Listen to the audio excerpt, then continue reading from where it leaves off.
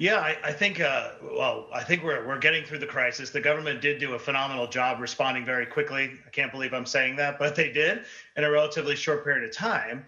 But now the secondary effects are going to be felt over the next several months in a very important way. Silicon Valley Bank was very paternalistic to this sector. They not only provided payroll services, loans to founders against their illiquid equity, but lines of credit as well. And a lot of these companies were having trouble already raising equity, and they were counting on those lines to extend their runway, to push out the cash burn beyond the recession we all expect. That evaporated overnight, and there's not another lender that's going to be stepping in to fill those shoes.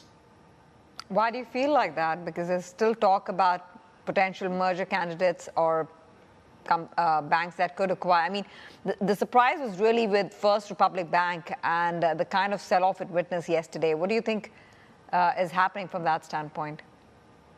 To be clear, when I say step in, I mean providing those lines of credit against the illiquid equity, stepping in for the tech sector. Whether someone picks apart the bank, I'm not really sure. I kind of feel like JP Morgan and Bank of America already got the bank because they were the prime beneficiary, I believe, of a lot of those outflows, and we'll find out. I think the banking sector has stabilized in the United States. I mean, the moves that were probably going to happen in terms of cash moving around, especially with concentrated high net worth individuals or companies, probably happened on Monday. Doesn't take a lot of time to make that decision. So my gut says that I think we have stabilized for the time being.